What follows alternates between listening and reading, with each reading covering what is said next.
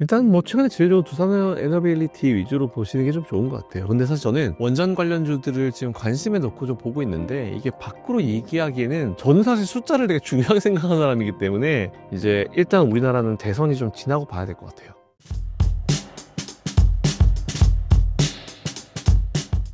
최근 원자력이 주목받는 이유가 무엇인가요? 원전이 효율성이 좋아서 그러죠. 당연히 뭐 위험한 거는 뭐 위험하지만 효율성이 좋기 때문에 그런 것이고, 사실 이제 지난번에 원전은 이제 일본에서 이제 좀 문제가 발생해가지고 이 오염수가 전 세계로 방류가 됐잖아요. 근데 사실 일본의 케이스 때문에 원전은 위험해라고 딱 이제 이 프레임을 씌워버리는 건 전 맞지 않다고 봐요. 왜냐면 원전이 우리나라랑 일본은 달라요. 다릅니다. 왜냐하면 이제 일본은 환태평양 조산대에 딱 있는 국가이기 때문에 지진이 굉장히 많이 발생을 합니다. 그러다 보니까 이제 일본도 원전 기술이 지진이 발생했을 때를 대비해서 원전 기술이 더 발전한 건데, 사실 근데 그것도 보니까 좀 파고 들어가 보니까 그것도 또 다 이슈가 있긴 있더라고요. 근데 또 정치적으로 또 이게 이슈가 또 있긴 있는데, 그건 뭐 추후에 또 한번 얘기를 한번 하는 걸로 하고, 일단은 이제 원전은 위험하다라는 그런 평가가 되게 많긴 하지만, 사실은 이제 정말 효율적으로 큰 에너지를 얻기 위해 정말 좋은 발전이기 때문에 어 우리가 선택을 할 수밖에 없는 그런 길인 것 같아요. 그리고 이게 우리가 뭘 하다 보면은 뭔가 빨리 뭔가 얻고 싶으면, 뭐 빨리 우리가 다이어트를 한다든가 아니면 빨리 뭐 기름을 넣는다든가, 뭐 주유소가 보면 고속으로 이제 주유하는 거 있잖아요. 뭔가 빨리 하려다 보면은 우리가 포기해야 되는 것도 분명히 있어요. 분명히 있습니다. 그러다 보니까 이제 뭔가 더 큰 에너지를 얻고자 함이면 분명히 그에 따른 이제 안 좋은 부분도 그만한 충분히 있을 수 있다라는 그런 생각을 좀 가지고 있는데, 원전은 이제 최고의 장점이 정말 효율적으로 엄청난 에너지를 얻을 수 있는 그런 장점이 있지만, 반대로 위험도가 굉장히 높죠. 그래서 일단 근데 위험이 너무 위험하니까 터져버리면 진짜 옛날에 막 체르노빌이나 이런 것처럼 정말 위험한 상황이니까 그렇게 되는 건데, 그것도 사실 기술적으로 굉장히 노력을 되게 많이 하고 있는 상황이지만 단기적으로 해결될 부분까지는 아닌 것 같아요. 그러다 보니까 지금 원전 관련으로 이슈가 사실 뭐 맞냐 안 맞냐 이런 식인데, 일단 트럼프 대통령이 지금 이제 서명을 하고 원전 쪽을 다시 살리기로 이제 얘기를 하고 있고, 더 이제 증설을 하는 그런 식으로 얘기가 나오고 있기 때문에, 일단 그거는 우리 국가의 우리나라의 이제 이 기업들이, 국가가 아니고 기업들이 한번 어필을 해볼 만한 이제 매출을 만들 수 있을 만한 그런 것들이어가지고, 그것도 그냥 한번 참고해 보시면 될 것 같아요. 그게 아마 제일 중요한 이유인 것 같습니다. 최근 우리나라 원전주들이 엄청난 상승을 했는데요. 현재 기업들의 상황은 어떻게 보셨나요? 확실히 탈원전이란 걸 했다가 다시 시작하려고 하니까 시간은 걸리죠. 이게 어쩔 수 없어요. 이게 진짜 무슨 뭐 게임처럼 뭐 치트키 써가지고 막 당장 살아나 뭐 이런 것도 아니고, 이제 워낙 큰 사업이고, 그리고 이제 중지되어 있는 원전을 돌리려면 정말 오랜 이런 과정들이 필요하기 때문에 단기간 내에 뭔가 쉽게 될 수는 없어요. 오랜 기간 동안 쭉 정책적으로 밀어주는 분도 분명히 있어야 되는데, 이제 다시 살린다고 하니까 그에 대한 어떤 이제 관련주들, 그리고 이제 그 관련된 기업들이 좀 살아나는 분위기가 나오면서 주가가 좀 나오고 있는데, 주가에는 사실은 현재 상황보다는 좀 많이 선반영돼 있는 게 맞긴 맞아요.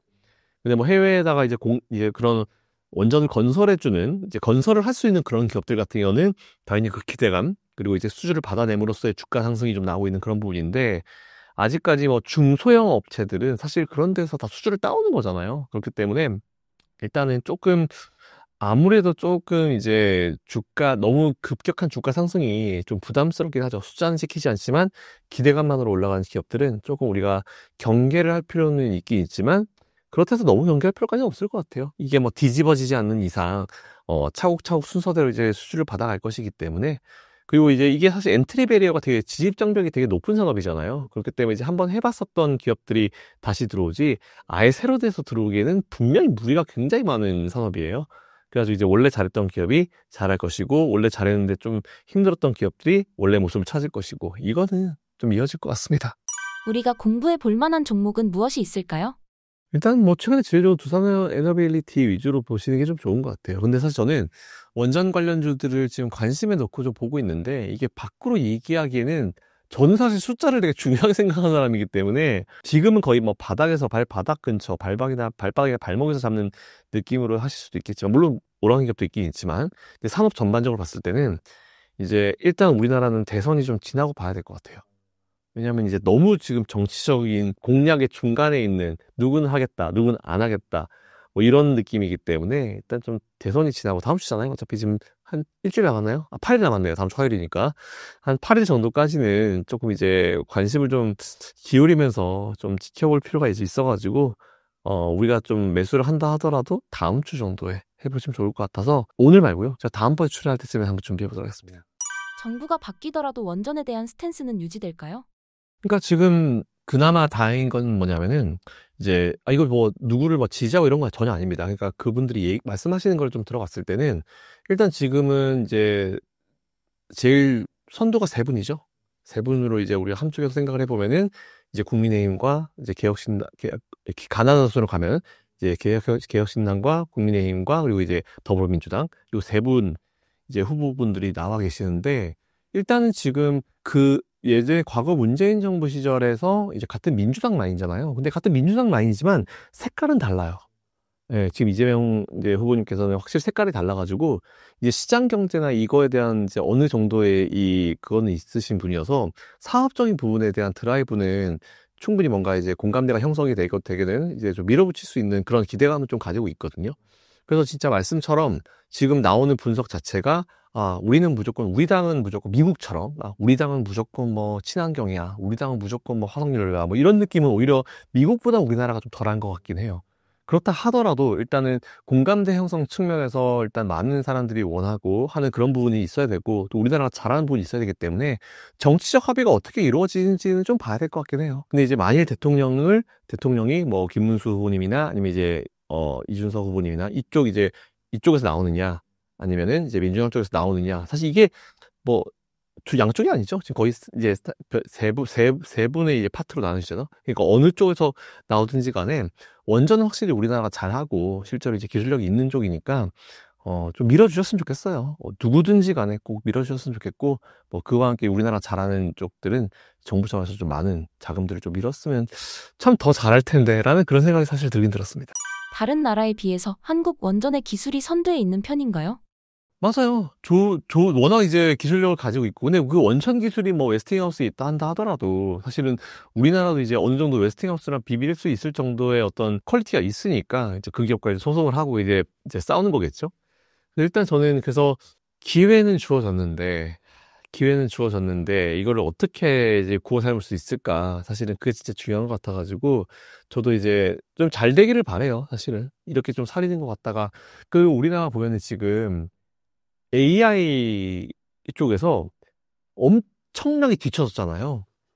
사실 저는 제가 아는 우리나라 대한민국의 기술자들의 능력을 봤을 때는 어떤 한 기술이 나왔을 때는 항상 선두를 하는 게 맞아요.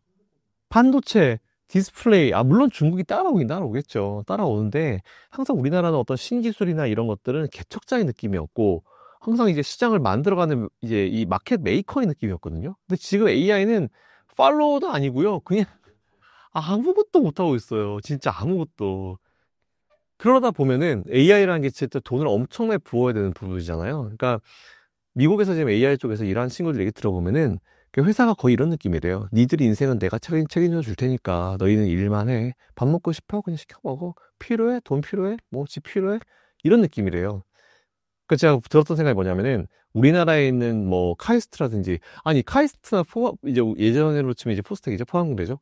그런데 아니면 각 대학교 공대 있으신 분들이 진짜 뛰어난 분들이 많거든요. 그러니까 이 훌륭한 자원을 제대로 활용하려면 정부 차원에서 밀어줘야 돼요. 근데 우리나라는 문제가 뭐냐면 뭐 밀어줘 놓고요. 뭐 한 1년 안에 뭔가 성과 안 나오잖아요. 그럼 그 연금이 삭감을 해버립니다. 그게 뭐예요, 그게. 말이 안 돼요. 최소한 공대생들이 그런 이제 엘리트, 카이스트 같은 이런 분들이 매번 나오는 기술 보면 어마어마하거든요. 아니, 왜 그 카이스트에 있는 그 우수한 인재들이 영업을 뛰러 다니고, 연구비 영업을 뛰러 다니고, 왜 꼭 수업을 꼭 들어가야 돼? 필수 수업이 있으면 이해는 하지만 시간 낭비를 자꾸 시키잖아요. 많이 지원해주고, 당장 결과 안 나와도 밀어내주고, 그렇게 이제 해주면 잘할 수 있거든요. 그러면 아마 제가 봤을 때 한 10년 전부터 그렇게 써서도 우리나라 AI 지금 탑일걸요? 저기 앞에 있을걸요, 지금? 근데 그런 인재들이 다 해외로 가잖아요. 그러니까 그들한테 이제 일할 수 있게 연봉 진짜 지금 너무 못 받거든요? 한 10배쯤 올려주고요. 연봉 한 10배쯤 올려주고 연구비 지원해주고 하잖아요. 그럼 우리나라에서 뭐 나옵니다. 작품 나옵니다. 뭐 삼성 같은 데서 이제 돈 좀 쓰고, 예, 그렇게 하면은 작품이 나올 수 있거든요. 그러다 보니까 자꾸 기업들은 당장 기술 개발이 안 되니까 다 M&A를 해가지고 그냥 기술을 그냥 있는 회사를 들고 오자 이러는데 미국에서 그러면 내주겠어요? 안 내주지?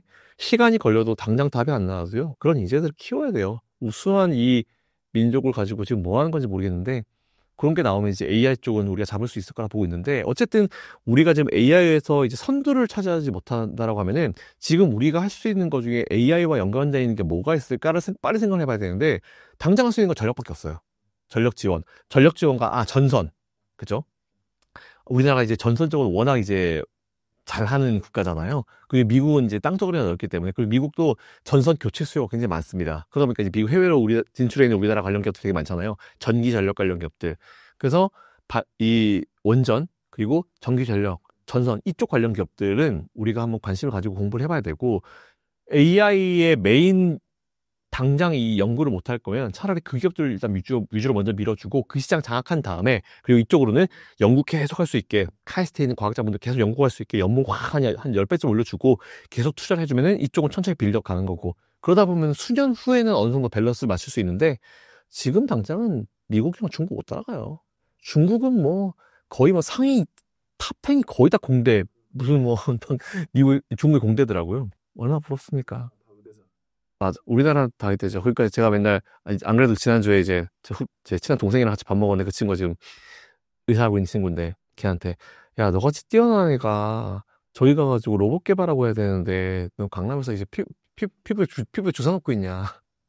이런 내용을 얘기했었는데, 물론 의사도 되게 좋은 직업이에요. 좋은 훌륭한 직업이긴 한데, 근데 그만큼 이제 두뇌가 뛰어나잖아요. 예, 그 두뇌를 로봇으로 활용하면 더 좋을 것 같은데, 그러니까 그건 좀 개인적인 좀 안타까운 바람이 있죠.